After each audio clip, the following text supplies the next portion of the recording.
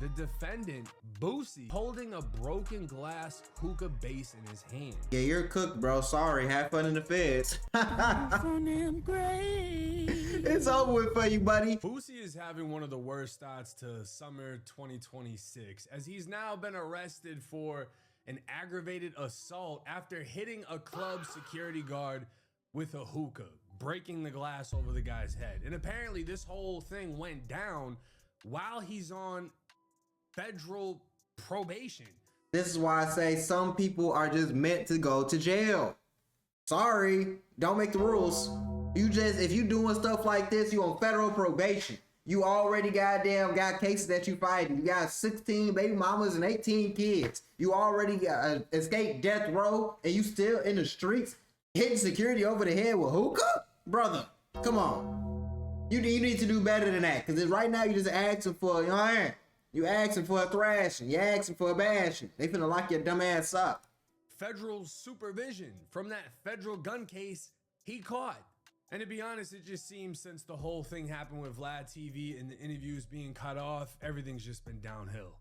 Quick pause, because this might It definitely has been downhill. I ain't gonna lie to you. Like, it's just, you reap what you sow with all that bad karma, all that bad energy you put out there, you get it right back. For Memorial Weekend, Boosie was booked to host at Club Dome.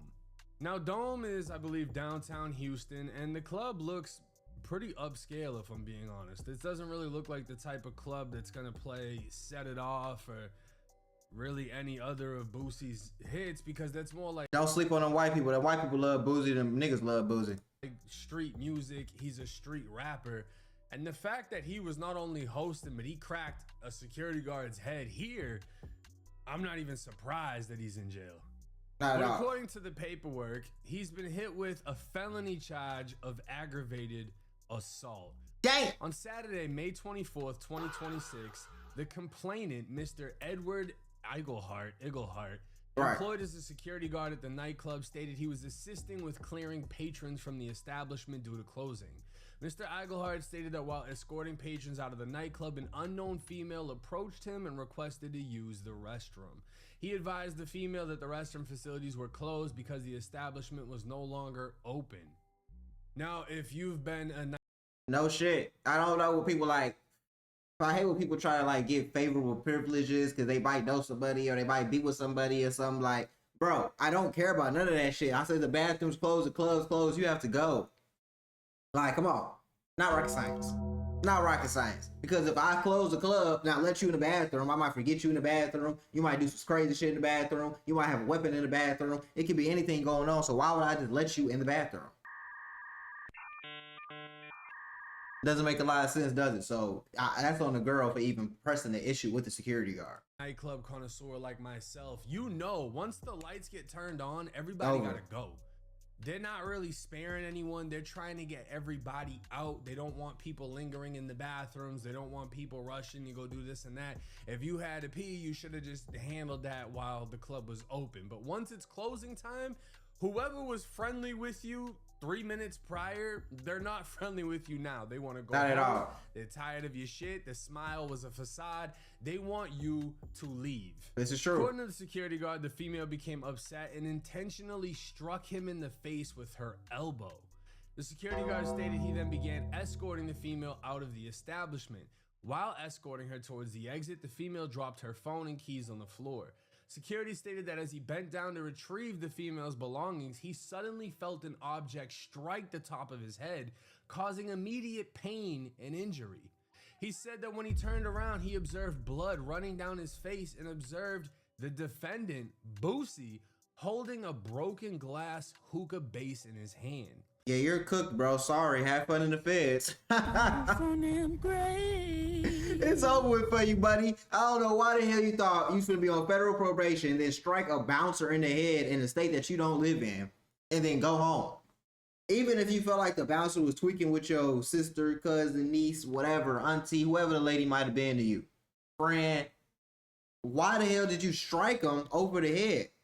Like, you think security is dragging your cousin out for no reason, just for shits and giggles after they paid you to perform? You think they just dragging her out? Come on, bro. Lose her head. Use it. That doesn't make any sense. Why the hell would I goddamn do something like that to somebody I just paid? So obviously she was tweaking. You strike me in the head, yes, I'm gonna carry your ass up out of there. You strike me, you can't just hit me because you with Boosie. He believes the defendant struck him with the broken hookah base, causing the injury to his head. As a result of the assault, he was transported to St. Joseph's Hospital for medical treatment, where he received 8 staples to his head. He said he was experiencing pain from the injury and wished to pursue criminal charges against the defendant. Now, this isn't a light case. Damn. He's accused That's of real Boosie assault. cracking him in the head with a glass hookah. It split him, an immediate laceration, and he had to get 8 staples to shut that wound. Yeah, that's time. That's time. This is actually bad. That's time. This isn't a little thing. This isn't like you just swung on somebody. No, that's time. Head got cracked open. No, for real, it's over with. Like that's felony with a deadly weapon at that point, brother. Not gonna lie, don't know. Not sounding too good. Not sounding too good at all, cause you already on federal probation. You just strike them over the head with the glass. And I'm pretty sure the niggas don't already like you because you was already on death row. You rap about this and that. Like, you be outside showing this and that. They already trying to put you under the jail, brother. You gonna give them a reason to. You already old. They gonna give you a reason to put you under the jail, bro. You gotta stop. Please stop. Please stop, Boosie. Please. For the love of Jesus. Blood was probably all over the place, which there's gonna be pictures and evidence of this. And he had to get 8 staple stitches. I remember I had to get 2 stitches in my leg, and I think it came out to like almost $3,000, $2,000, some crazy shit, right? The price was crazy.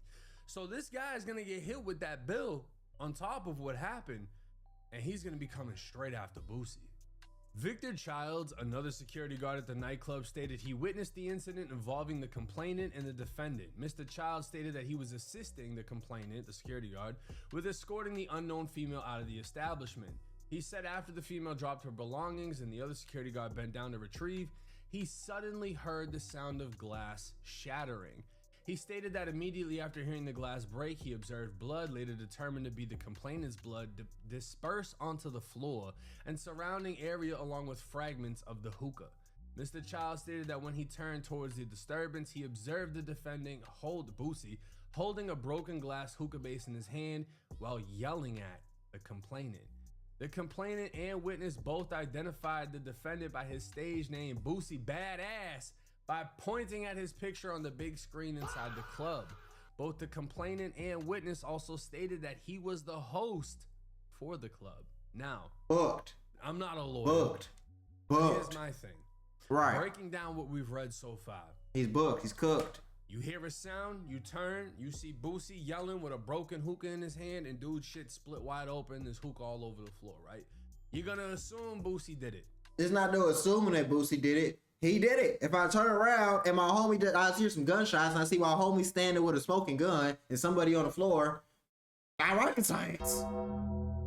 Clearly, he smoked him. Clearly, he hit him upside the head. They got it on camera, bro. You almost killed this man. He could have died from the blood loss. He could have died from the lacerations. He could have died from, like, bro, all type of shit. And you just did this because yo peoples was tweaking.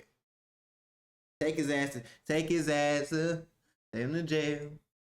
Take him to jail. I was trying to say lock his ass, so I messed up. My bad. That's tweaking.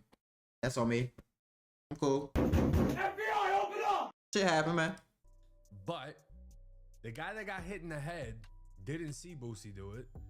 And the so-called witness also clarified he didn't see Boosie do it. They were focused on the female.